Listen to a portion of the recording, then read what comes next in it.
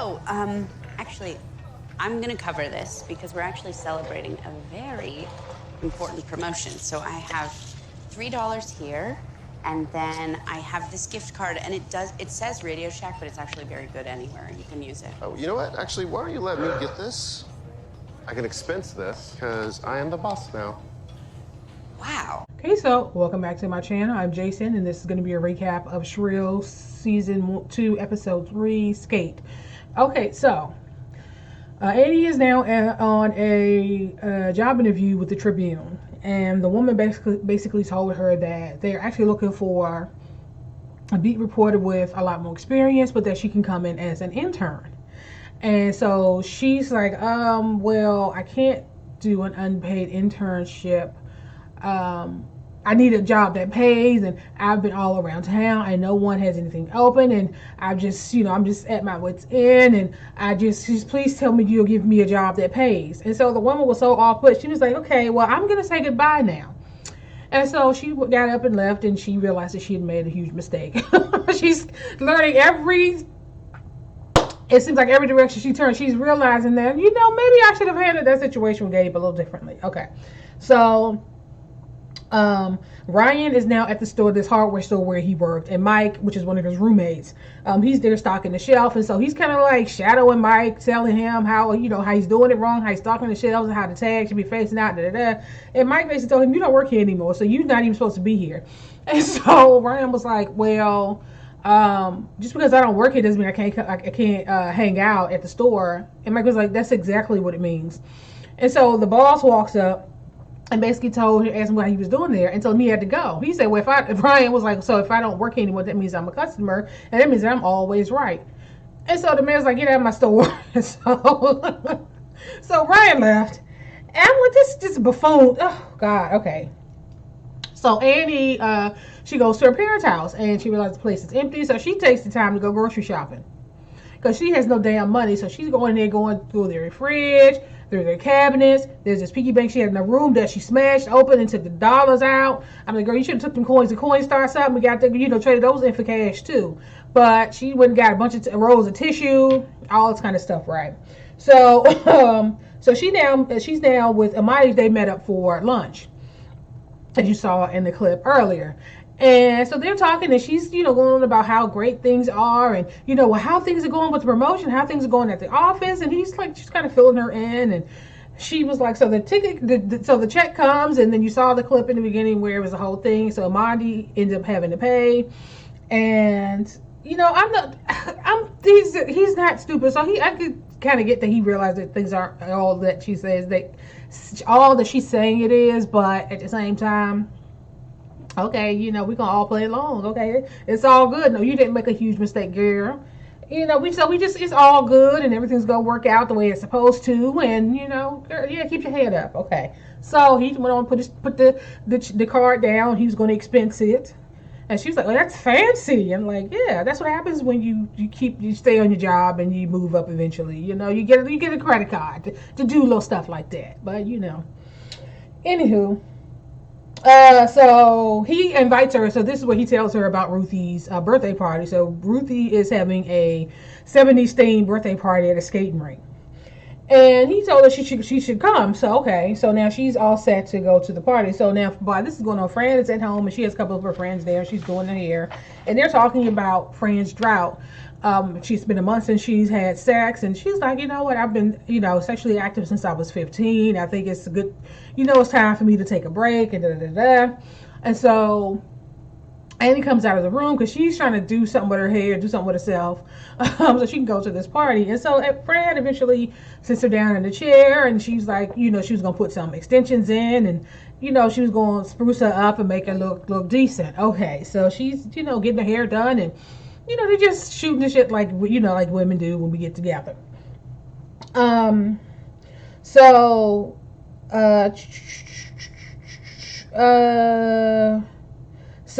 they're at the party. So they get to the party, and you can see she's in that yellow dress, and Ryan looks like a freaking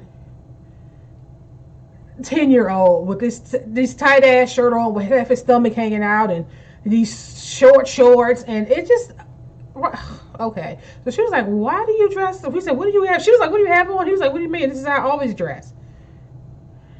So they look over and they see some guys. They're drunk and they're over at the claw machine. The claw machine is where you have to try to grab something and drop it in the thing. So they're at the claw machine and they are just having them a good old time, beating the machine up, and it's this whole challenge they've taken on to try to get as much as they can out this machine. Okay, so she tells him, if you want to go over there and hang out with the guys at the claw machine, you can do that. So of course he decided to do that.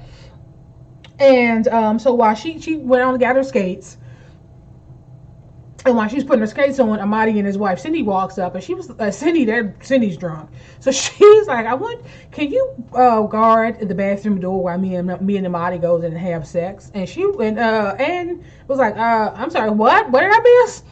And she was like, oh yeah, and congratulations on the Tribune and and you and Amadi's gonna take over this damn town. I give my she drunk off her ass, so he ends up putting her away, and they go on and finish. And you have Gabe, so he's over there with Ruthie, and Ruthie brought two of these young guys with her. And so they're talking to Gabe, and it was like Captain Antonio or something that was playing. And Gabe he's just so disgusted at their ignorance. He's like, and why do you have on rollerblades? It's supposed to be a 70s theme. Rollerblades didn't exist in the 70s. And the guy was like, well, neither did we. And so he was just so done. He was like, you're such effing morons, right? So he walks off.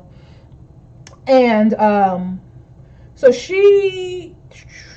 everybody is going on about how proud they is of her. So Maureen walks up. Maureen, I believe, is the IT person that helped her find the troll. So she gives her a drink called the White Russian. She's like, I dated a White Russian. This is Maureen talking to Annie.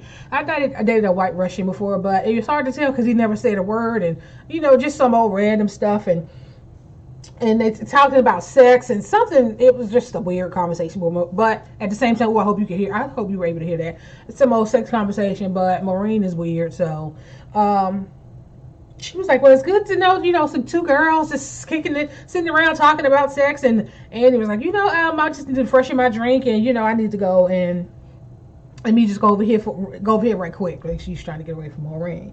And so but yeah, everybody's telling her how proud they were of her, and nobody's ever stood up to Gabe like that. And the more that they're telling her how proud they is of her, the more she's feeling the sting and the embarrassment.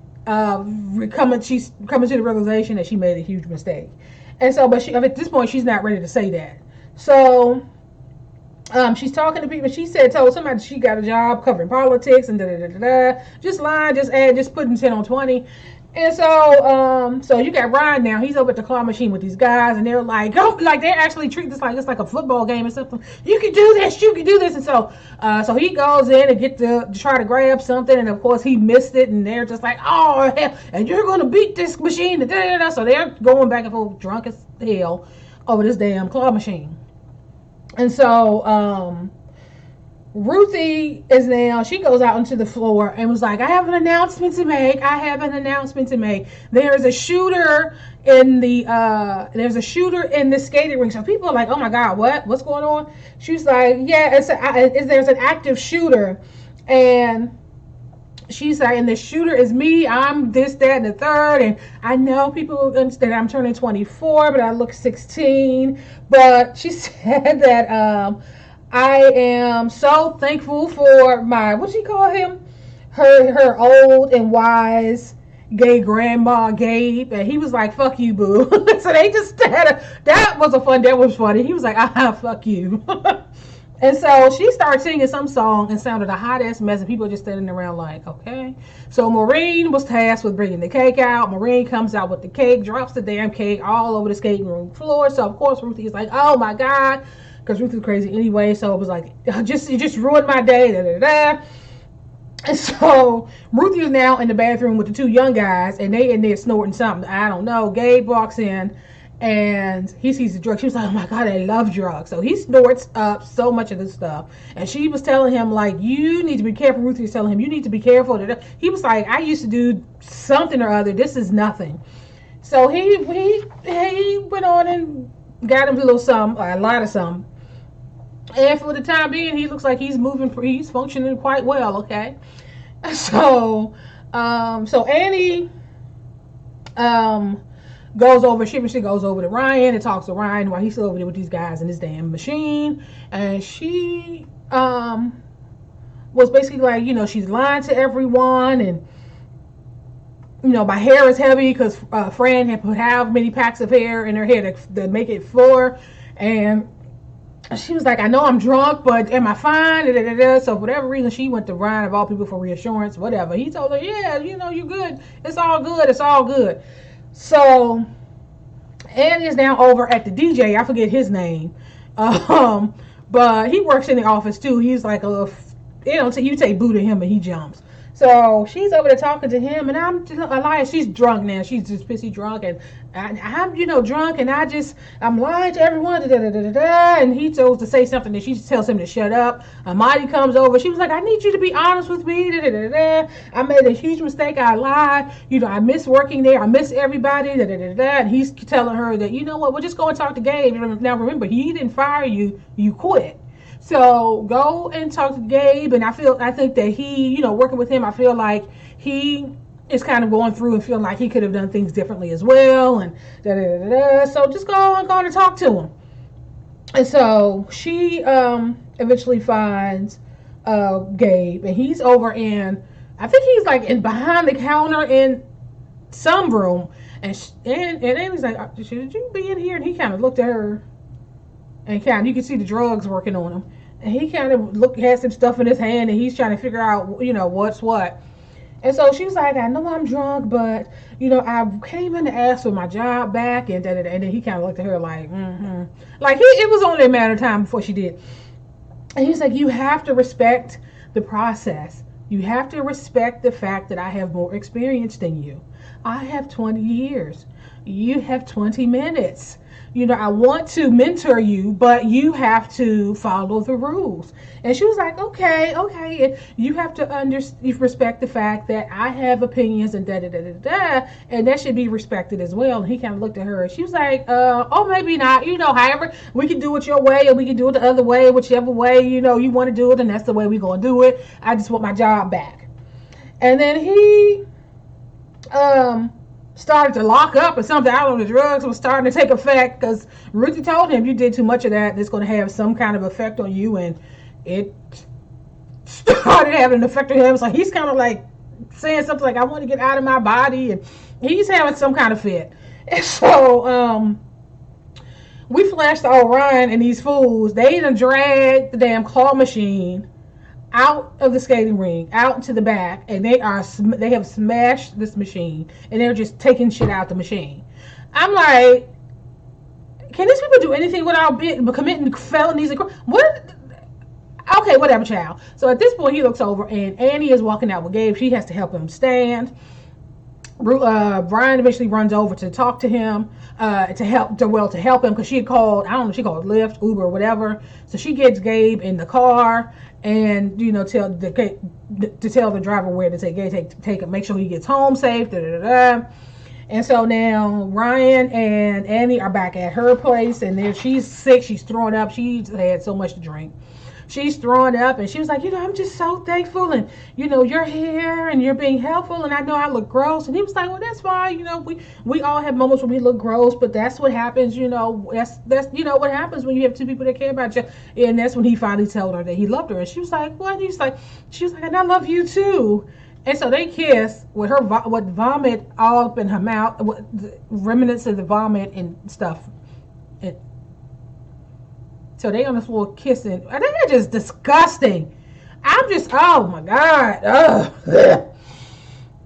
So as the camera pans out, you can see them on the floor kissing. This is just after she threw up, and then you can see remnants of the vomit still in the tub that he hadn't really rinsed out.